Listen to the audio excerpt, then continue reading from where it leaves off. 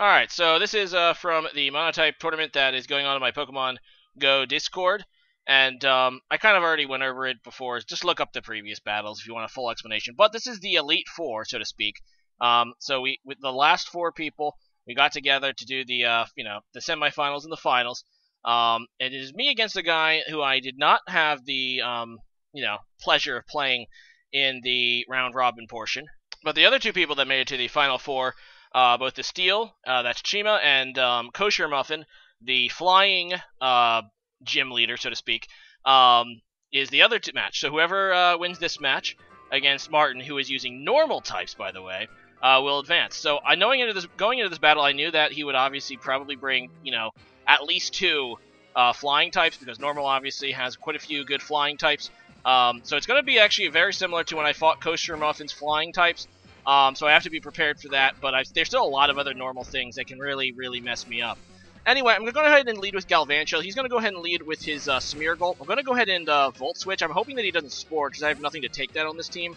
I just want to break the Sash, pretty much, and I go into Crustle thinking if he does Spore, it's probably the thing I want Spored most. But he's going to actually go for the Stealth Rock. I end up critting the Volt Switch, too, so that's pretty nice for me. He's going to go ahead and Nuzzle here, though. So he's going to actually bring Nuzzle here instead of Spore. It's kind of what Smeargles usually do. I thought he would bring Spore against me, knowing that I didn't really have many Grass types. But no, he's just going to Nuzzle me. And I ended up getting Parahax this turn, so that actually probably didn't matter. I was just going to go for a Shell Smash. So probably if I got that off due to my paralysis, I would have still been slower than this Cinccino or whatever it's called. And he probably would have actually killed me in one hit with that Rock Blast. Instead, I'm able to get off a Stone Edge, so I get decent damage on that, but it is going to cost me Crustle. So that kind of blows, and he was able to hit up Stealth Rock's first turn as well, which always is a hindrance. And yeah, I'm just going to go to my Scizor, and I just basically do this because I want to defog. I know that this thing probably doesn't threaten me. I mean, a Rock Blast might hurt a little bit, but after Mega Scizor or Mega Evolves, I should be able to take at least one of those and threaten it away with Bullet Punch and all that. He's just going to go into his Staraptor, which is honestly the Pokemon I was afraid of most in pregame. In fact, going into this, I knew that Staraptor, Swellow, and Mega Pidgeot are going to be major players for him. I knew that he would bring 2 out of the 3, and honestly, Staraptor is probably the worst of the bunch for me. But anyway, I'm going to go ahead and set up that Defog, and that's pretty crucial because I didn't want to obviously keep rocks on the field, because I'm weak to that sort of thing. So I decided just to go for the Swords Dance, and I probably should have U-turned actually, but I'm like, you know what? Let's try to negate that. I don't know what he's going to do. He might switch, and he ends up switching Mega Pidgeot, which is an excellent switch with the U-turn. And I'm like, you know what? I just want to get damage on this thing. In the back of my mind, I'm trying to set up a sweep here with my Scarf Heracross. So that's kind of what I'm trying to do. I need to weaken this Mega Pidgeot, though. So I just go for the Bullet Punch. It doesn't quite take it out thanks to the Intimidate that he got earlier, so I only had +1. And he's going to be able to kill me with Heat Wave. But I really had nothing to really switch in on that either. I guess I could have switched in one of my my only remaining Rock type, Armaldo, but I'm not a Assault Vest set, so it would have not taken that well either. Then it would have had to survive a freaking Hurricane. So, just going to go into my Galvantula now. I go for the Volt Switch. He's going to switch in his Chansey, which is obviously going to, absorb any physical hit. Gives me a safe switch, though, into my Heracross. Now, I kind of figured that Staraptor would come in here and obviously get the Intimidate, but I still thought I would be doing decent damage. And looking at that damage there, I have to think that this Staraptor is bulky, which is weird, and the leftovers kind of confirms it. Not an item you usually expect. I was thinking, Choice Band, Choice Scarf, along those lines, because I usually choice my Staraptors, but this one seems to be some kind of weird bulky set, and it's actually going to help him here, because he takes that close combat very well. I was hoping to weaken it enough that maybe another if he went into it, to weaken it just enough that maybe another close combat, maybe at, normal, would be able to kill it. And he's going to go into his Porygon-Z here, which obviously is a threat, because it's probably going to have the Z conversion. And I decide just to go for my Z move, which is all-out pummeling. I was thinking, obviously, it would turn itself into Electric type. Instead, he just goes for a Sub, which, obviously, that's kind of negate my Z move anyway, because it's just going to do 25% now. But at least I didn't do something stupid. Maybe that would have been stupid. No, it would have been stupid to stop Stealth Rocks here, which I was kind of thinking about because I wanted to set them up. But I figured I couldn't let this thing have a free Z conversion. That would be pretty much the end of me. So he's going to go ahead and do it here. And looking back on this, I made a misplay. I should have went for the Earthquake because I was obviously thinking Electrium Z, but I decided to just go for the Superpower.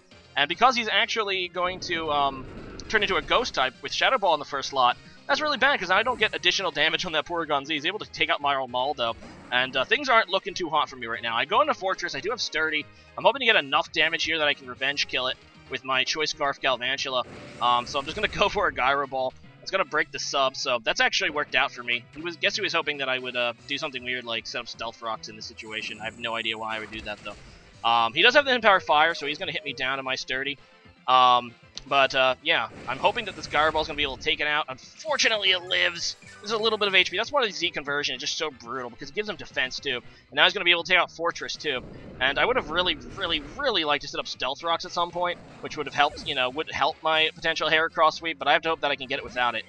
So anyway, Galvantula is going to come out because it's Scarfed, and I know I can outspeed, even after the +1 speed.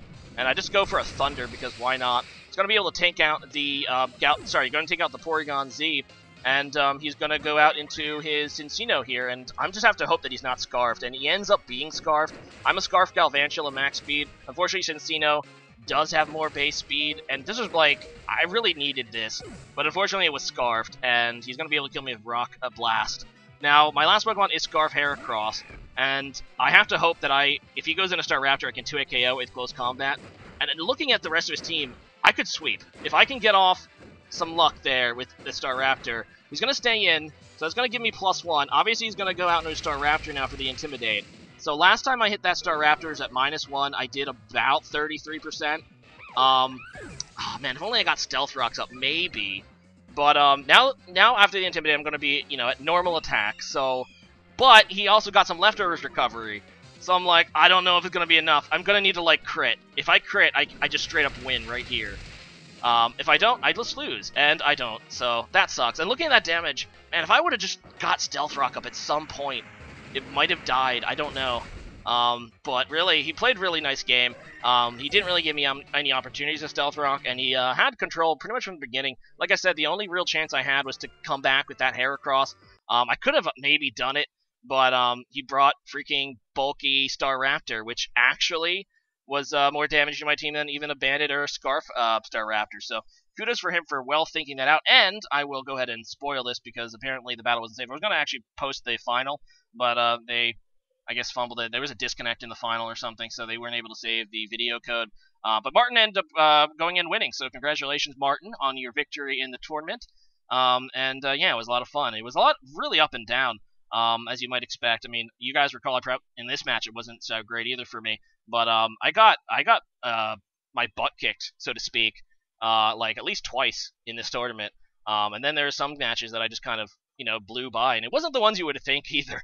It's not like they're that type matchups really like what you would think would be type advantages aren't really as important as you would think. But some types match up really well against other types, just randomly and stuff. But yeah, so that was fun, and today's question of the day is going to be, what is your favorite or most memorable gym in any Pokemon game? And now I'm not talking about the leader. I've asked, your favorite gym leader a few times in the past. No, I'm actually talking about the physical gym itself, like the layout, the building of the gym. So just give me what your favorite, or the one you like most remember, like is memorable to you, I should say. Whether it can be a good or a bad reason, just leave a comment about that. As for me, okay, there's a few. There's Sabrina's Psychic Gym, because the teleporter maze was always frustrated me, but it's obviously pretty memorable.